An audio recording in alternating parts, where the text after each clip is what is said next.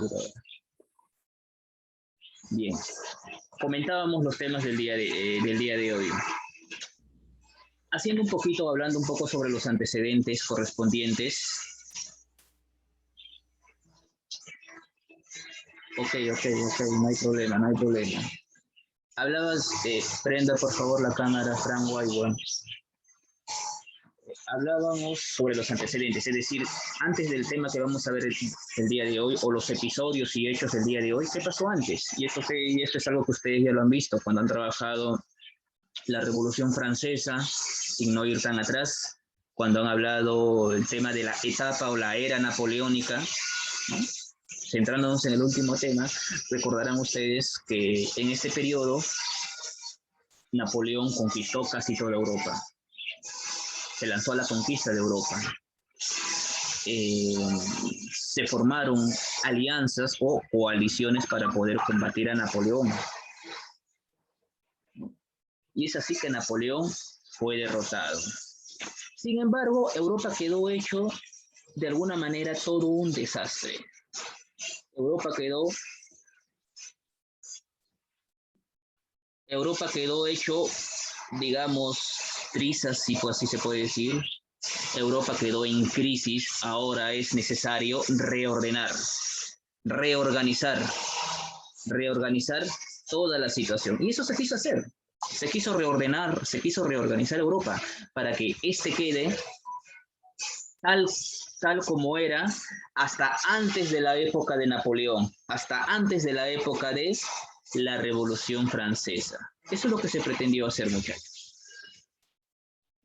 Y justamente por eso es que hablamos de una restauración europea. Se pretendió restaurar Europa para dejarla como estaba en un principio hasta antes de la Revolución Francesa, ¿no?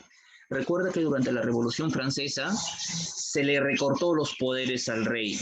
Durante la Revolución Francesa, el rey perdió la cabeza. Durante la Revolución Francesa, el pueblo tomó el poder.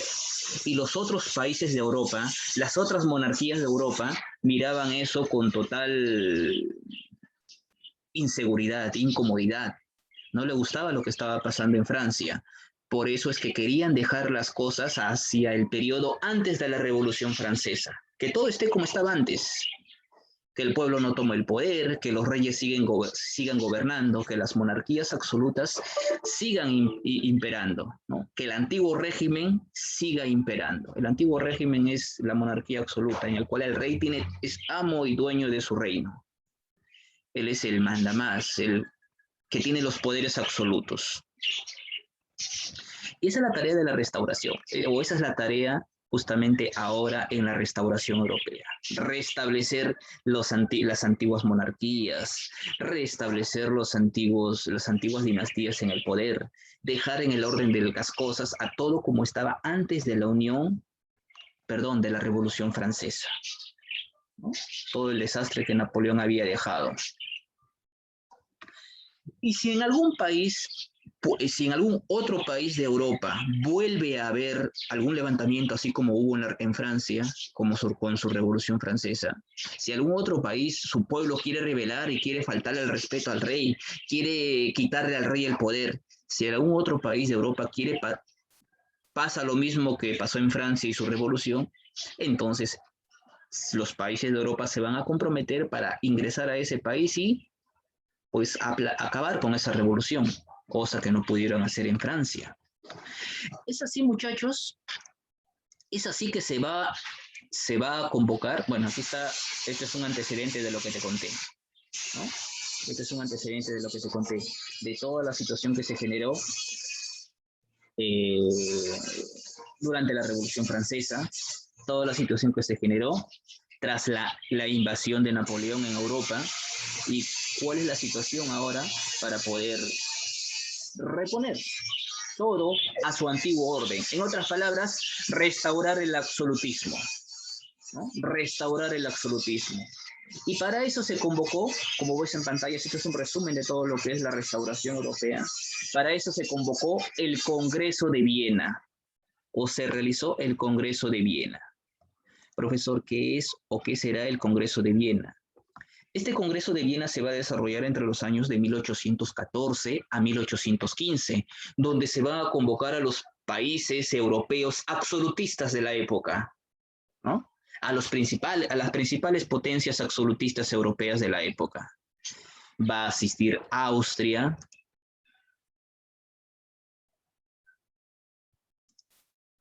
va a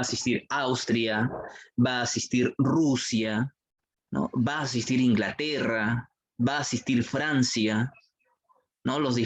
Cada uno con sus representantes. Pero a quien tú le vas a prestar atención en esta oportunidad o en esta situación va a ser justamente a Austria. Cada uno mandó o cada país mandó a sus representantes. Pero nos vamos a centrar en el representante de Austria, ¿no? Él es Metternich o Clement de Metternich. ¿Quién es él o qué es él? Él pues simplemente él es el artífice, el que va a lograr convocar la reunión, el que va a organizar la reunión, el que va a exponer las ideas y hacer consolidar la ideología que tuvo cada país y hacer que esto se lleve a cabo, que esto se cumpla, ¿no? Entonces, él es el que se va a encargar de toda esa tarea, ¿no? El canciller de Austria, Clemens de Metternich, o simplemente Metternich. En ese congreso que estoy mencionando, ¿de qué se buscó? En ese congreso de Viena, ¿cuál era el objetivo? Como ves ahí, número 1, restablecer Europa, ¿no? Restablecer las antiguas fronteras de Europa, ya que Napoleón, recordemos que había invadido todo, o casi toda Europa. Hay que reorganizar otra vez Europa, ¿no? Bueno, y la tarea fue difícil. Con eso, no solamente hay que reorganizar Europa, sino en esos países donde los reyes fueron derrocados, ya que Napoleón llegó a Portugal, llegó a España, llegó a los Países Bajos, etcétera, diferentes países, derrocaba a los reyes de esos países, ¿no? Entonces es necesario reponer en el trono a esos antiguos reyes. Sí, adelante.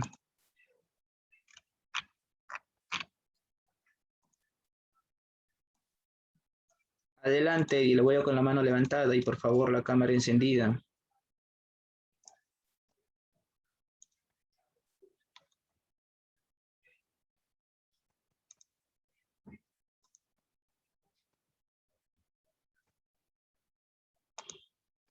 Uy, otra vez. No lo conozco a este señor. Muchachos, los que falten, por favor, sus cámaras encendidas una vez más.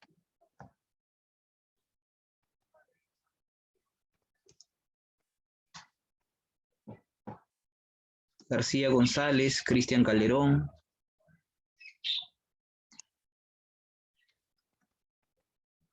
Ok, por aquí ya me hablaron.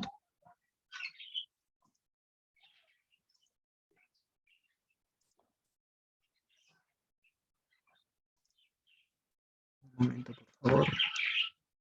Espinosa, su cámara, por favor. Joan Miranda.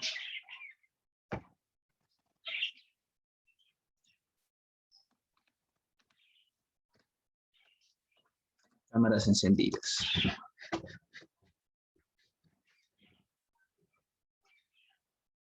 Bien, a ver.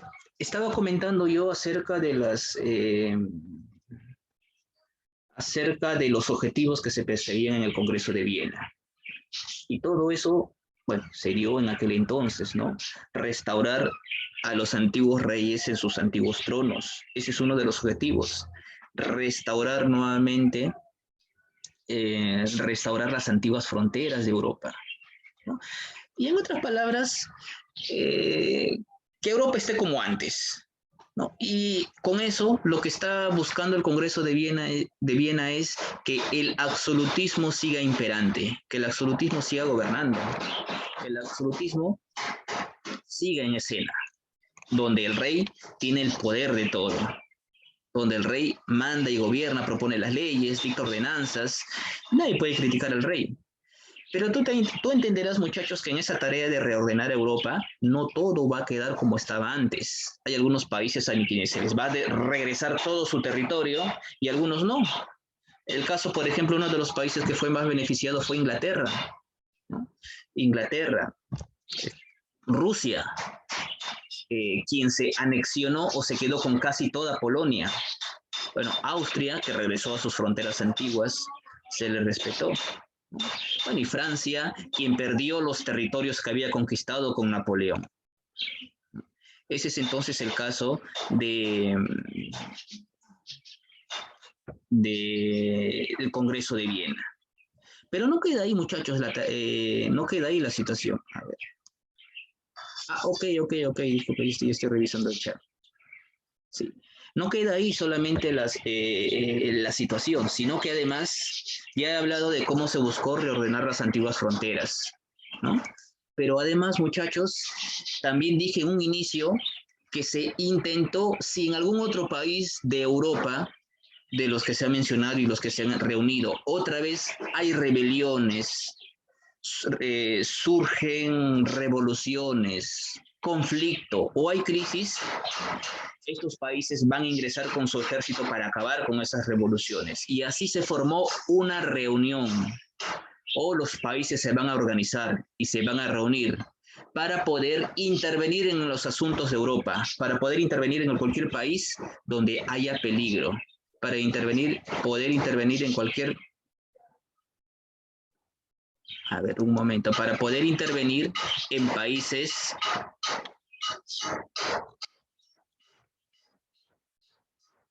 Ok.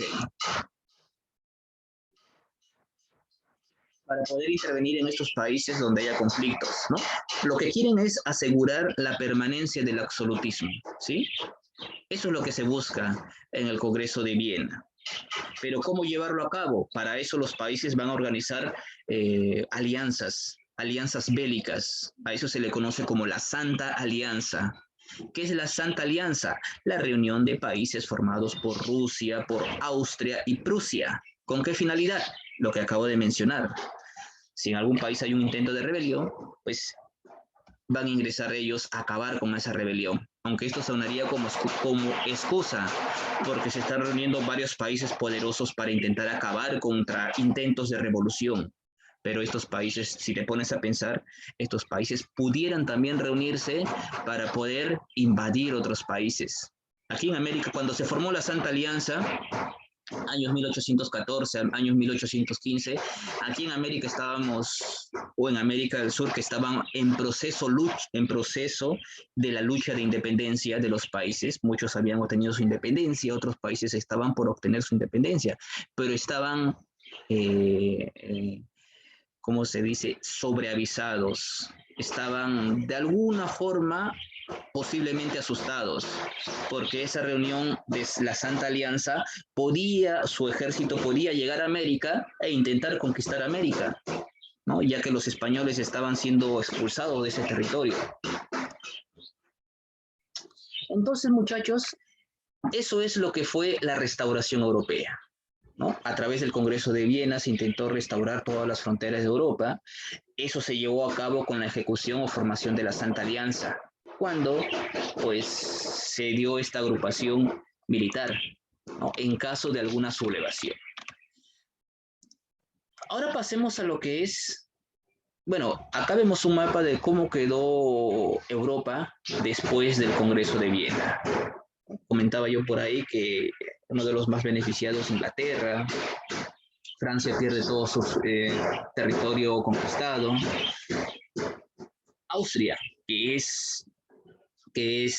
conserva sus mismas fronteras, Rusia, que se queda con casi toda Polonia. Y las consecuencias de ello, como ves, pues Francia totalmente limitada, la supremacía de Inglaterra en el nivel en el mar, Italia y Alemania pierden también posesiones. Y pues quien asumió toda esa tarea, recuerden que fue Clemens de Metternich, canciller de Austria. Austria, garante del orden. Y bueno, lo que había comentado yo hace un momento acerca de la Santa Alianza. la agrupación de los países Rusia, Austria y Prusia, para poder reprimir a los movimientos liberales y nacionalistas, acabar con cualquier intento de rebelión que haya. Y ahora vamos a tratar el siguiente tema, que tiene que ver con las revoluciones liberales. Acabamos de ver lo que es la restauración europea. Ahora vamos a ver las revoluciones liberales de 1830 y 1848. Esto sucede en Francia, ambas revoluciones suceden en Francia, ¿no? Ambas revoluciones suceden en Francia. Y mira qué curioso, uno se puede preguntar, profesor, si ya sucedió la Revolución Francesa, donde intentaron quitar sus poderes al rey, se intentó declarar la igualdad de los ciudadanos, hablo de igualdad de derechos, todos somos iguales ante la ley, ante Dios, debe haber una constitución que incluso el rey debe respetar, ¿no? Una serie de cambios. La situación ahora, después de la restauración europea, ¿podría volver a ser la de antes? Sí, no, tal vez. Eso vamos a ver, o estamos viendo acá, con las revoluciones liberales. Esta idea entonces del Congreso de Viena de poder restaurar el absolutismo, de que las monarquías una vez entren a gobernar, pues ya no tenía cabida, ya no tenía sentido, ya hubo una revolución francesa, ya está en Europa los ideales de la Ilustración. O sea que estas acciones de la restauración europea que se llevaron a cabo a través del Congreso de Viena ya no tenían sentido. Se hizo, sí, se repuso a los reyes, antiguos reyes, sí, pero ¿cuánto tiempo iba a durar? No iba a durar mucho, ¿no? Porque ya el absolutismo ya no va más, o ya no iba más. Simplemente se intentó restaurar, pero vamos a ver con estas revoluciones que no va a funcionar, ¿no? Ya una vez más, los revolucionarios van a tomar las armas en manos y otra vez intentar hacer lo que hicieron en la Revolución Francesa. ¿Qué cosa? Acabar con el absolutismo, acabar con los poderes del rey, ¿no? En aquel entonces la ideología de Europa estaba entre el conservadurismo, los conservadores, aquellos que quieren todavía que los reyes gobiernen, que la monarquía absoluta siga imperante, y por el otro lado estaba las ideas liberales o el liberalismo. Aquellos que dicen que ya no, ya es hora de ponerle fin a la monarquía absoluta, ¿no? Que haya una monarquía parlamentaria, que haya un congreso o parlamento, que haya una constitución, que hayan leyes, que haya igualdad de derechos. Eso es lo que proponen los liberales. Sí, entonces es así en este sentido que va a estallar estas revoluciones. Vamos a empezar entonces con la revolución de 1830. Hasta acá, muchachos, he hablado de la restauración europea. ¿Alguna consulta en ese primer tema o campo? Tal vez algo no les quedó claro. Si fuera así, siempre háganmelo saber, por favor. ¿Sí? Ahora vamos a hablar ya de las revoluciones liberales. ¿Cómo vamos a ver cómo con estas revoluciones lo que se intentó hacer en la restauración europea no funcionó? Empecemos con la revolución liberal de 1830. Como dije yo en un inicio, ambas revoluciones van a surgir en Francia. Francia, una vez más, ¿no? Pareciera que los franceses no están de acuerdo con el absolutismo. Estas revoluciones de 1830 y 1848, así como la Revolución Francesa de 1789, estaba liderada por la burguesía. La burguesía es una clase social conformada por comerciantes, profesionales, gente que tiene dinero, tiene dinero pero no tiene poder, porque el poder solamente estaba destinado para la realeza y la nobleza. La burguesía tiene negocios, dinero, pero les falta poder. Ellos también quieren llegar al poder, asumir cargos políticos, ¿no? Y claro está que estas revoluciones de 1830 y 1848 también se van a difundir por Europa contra el régimen absolutista. Muy bien, vamos a ver. Ahora sí te comento, después de que se dio el Congreso de Viena, después de que Napoleón fue ya de una vez por todas, fue descartado del poder, fue derrotado en Waterloo y fue encerrado en la isla de Elba, Francia ahora coloca un nuevo rey, ¿no? Francia ahora está gobernándose bajo una monarquía constitucional, es decir, hay un parlamento y hay una constitución, ¿no? E ingresa a gobernar el rey Luis XVIII. Luis XVIII. Luis XVIII entra a gobernar. Fue un gobierno que respetó la constitución, dio libertades, eh, respetuoso de los derechos, ¿no? Durante su gobierno de Luis XVIII, entre los años de 1815 hasta 1824, ¿no? Hasta ahí todo iba bien. Un gobierno, por así decirlo, un reinado moderado, que si bien es cierto no es absolutista, porque ya hay una ley, hay una constitución, pero tampoco es tan permisivo. Pero bueno, 1824 fallece Luis XVIII, ¿no? Y asume el trono su hermano. Su hermano es Carlos X o Carlos X, quien va a gobernar desde 1824 a 1830. Pero Carlos X no nada que ver con su hermano Luis XVIII. El rey Carlos X, pues, era todo lo contrario. Tiene una sed de revancha, una sed de venganza. A este rey sí le gusta el absolutismo. A este rey quiere o quisiera que todo sea como antes, cuando los reyes gobernaban y hacían lo que quisieran en su gobierno, ¿no? No había ley que controlara al rey. Entonces, este rey, en el año de 1830, da una serie de leyes conocidas como las ordenanzas de Julio, ¿no? Las ordenanzas de Julio. Como lo ves ahí, el detonante por el cual estalló la revolución de 1830 fue esta ordenanza de Julio, ¿no? Profesor, ¿y en qué consiste esa ordenanza? ¿O qué fue esa ordenanza de Julio? A través de esta ordenanza de Julio, que fue un decreto, un conjunto de leyes, suspendió todos los derechos. Ya no hay libertad de prensa, ya no hay libertad de pensamiento, ya no hay derecho al voto. Prácticamente todas las libertades que estaba gozando el pueblo, ¿no?, fueron recortadas, fueron quitadas. Ya no hay libertades. Esas fueron las ordenanzas de Julio. Entonces, con eso vas a entender que automáticamente se levantaron todos los sectores, ¿no? La burguesía, se generó gran oposición, se generaron protestas en las calles, el pueblo se levantó. Es así que a fines de julio, el 27, el 28 y 29 de julio, pues obreros, estudiantes, trabajadores salieron a las calles, campesinos se unieron a la protesta. El ejército, que debía unirse para controlar estas protestas, al contrario, en vez de salir a controlar la protesta, el ejército también se unió. A eso también se le conoce como la Jornada de las Tres Gloriosas, ¿no? 27, 28, 29 de julio. Prácticamente los diferentes sectores salieron a la calle. Y no solamente miembros del ejército, campesinos, obreros, estudiantes, también miembros de los diferentes partidos políticos, republicanos, los que defendían la monarquía constitucional, aquellos que todavía simpatizaban con las ideas de Napoleón Bonaparte. Prácticamente toda Francia salió a protestar a las calles. Con esto, entonces, muchachos,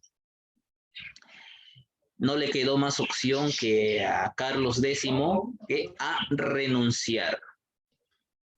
Carlos X fue sacado del poder por presión del pueblo, ¿no? Salió del poder y tuvo que entregar su corona. ¿Y ahora a quién se le entregó la corona? Bueno, otro rey, Luis Felipe I. Luis Felipe I, o Luis Felipe de Orleans. El rey burgués, a quien lo llamaban, o también lo conocían como el rey ciudadano. Estas ideas revolucionarias, muchachos, van a llegar también a otros países. O estas ideas, estos hechos o actos de la revolución de 1830 llegan a otros países como Bélgica. Y entonces la revolución termina de 1830 cuando Carlos X renuncia al trono, ¿no? Y asume el poder Luis Felipe I como el nuevo rey de Francia. Vamos a pasar entonces a la siguiente revolución, Revolución Liberal de 1848. Siguiente. Revolución Liberal de 1848.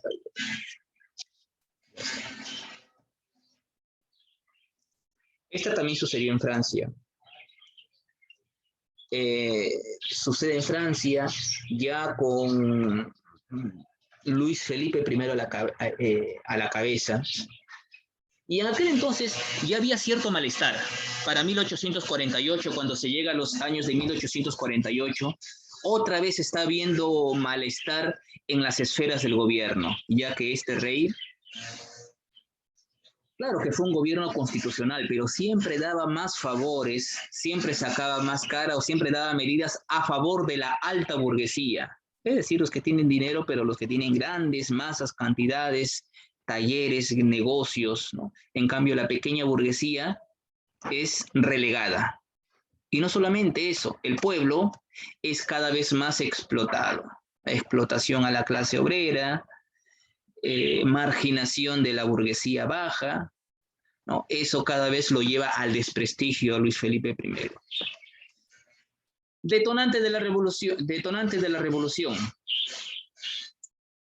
Prohibición del banquete público de París, como ves ahí. Prohibición del banquete público del París.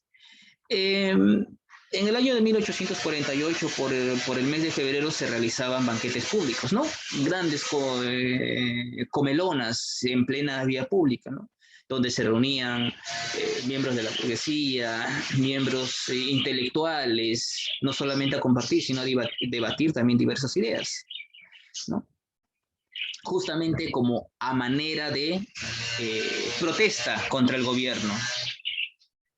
Entonces lo que hizo Luis Felipe I, recuerda que ya estamos en una época ya donde se están dando libertades. Lo que hizo Luis Felipe I es intentar reprimir ese banquete público, acabar con ese banquete público, ¿no? Y eso pues obviamente molestó a las multitudes.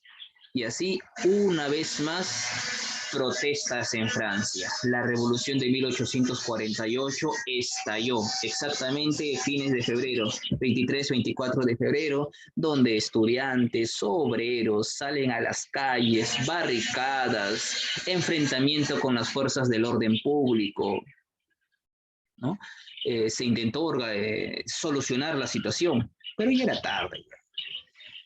Algunos miembros de la Guardia Nacional apoyaron otra vez a los revolucionarios, ¿no? Y el poder de los revolucionarios y las protestas cada vez se hizo más fuerte, hasta que los ciudadanos, pues, ya con el poder en las manos, ingresaron al palacio, donde estaba Luis Felipe I, y lo obligaron a abdicar. Y Luis Felipe I renuncia o abdica al trono. Profesor, entonces, ¿qué pasó después? ¿Con eso termina la revolución de 1848? Sí, cuando es destituido Luis Felipe I. ¿Se nombra un nuevo rey? Claro que no. Ya no hay un nuevo rey, ¿no? Porque se estaban dando cuenta que se le da el poder a los reyes, pero estos intentan nuevamente imponer poco a poco, eliminar las libertades que hay, ¿no? Ahora en Francia se instauró la república, una nueva república. A esto se le conoce como la Segunda República Francesa, ya que durante la Revolución Francesa ya hubo una primera república. Entonces se va a fundar o se va a proclamar la Segunda República Francesa, con Luis Napoleón Bonaparte a la cabeza, sobrino de Napoleón Bonaparte. Luis Napoleón Bonaparte a la cabeza. Él es presidente de la Segunda República Francesa. Y se intenta pues nuevamente reorganizar Francia. Luis Napoleón Bonaparte en un inicio realiza acciones pues a favor del pueblo, va a abolir la esclavitud, suprimir la pena de muerte, asegurar el trabajo a todos los ciudadanos, ¿no? Creación de talleres nacionales, que es como empresas, ¿no? Para dar a la gente trabajo. Y bien, muchachos, con eso entonces termina la...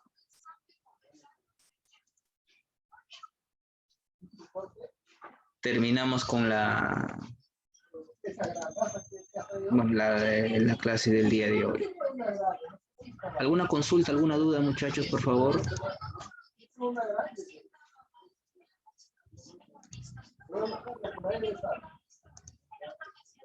A ver, creo que estamos sobre la hora, pero bueno, a ver, 2, 3 minutitos más tal vez para poder desarrollar rápidamente su actividad de aplicación, ¿sí? Un segundo, por favor, para poder subir. Aquí está. Para poder subir su ficha.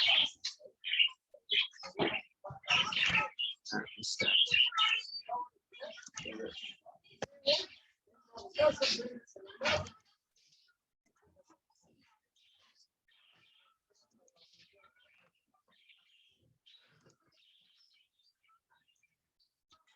Bien, muchachos, acá tenemos en pantalla la actividad de aplicación. Así rapidísimo, por favor, ya estamos sobre la hora. Si me ayudan también ustedes. Número 1. Organizador y artífice del Congreso de Viena. Metternich. Metternich, muy bien, excelente, muy bien. Erika, Daniela, también. Metternich, 1D. 2. Congreso donde las potencias de la Santa Alianza deciden intervenir en España. Muy bien, excelente. Viena, muy bien, Erika y Daniela una vez más. Viena, 2D, Viena. 3. El Congreso de Viena, reunido en 1815, acordó como cuestión central, ahí sería la D. Restauración monárquica en Europa. Sí, pero hay dos opciones, restauración monárquica en Europa y nueva demarcación política. Recordemos que las fronteras de Europa tienen que ser nuevamente restauradas. Entre ellas, la que tiene La más... C. La D, entre ellas. La B y la D son correctas, pero la de mayor peso es la D. ¿Sí? Muy bien, gracias, muchachos. Sí, 3D. Ok, muy bien, Franklin. 4. ¿Cuál fue el propósito del Congreso de Viena? La B. Excelente. La B. Restablecer a las monarquías absolutas. 4. Restablecer a las monarquías absolutas. 5. La doctrina Monroe propuso.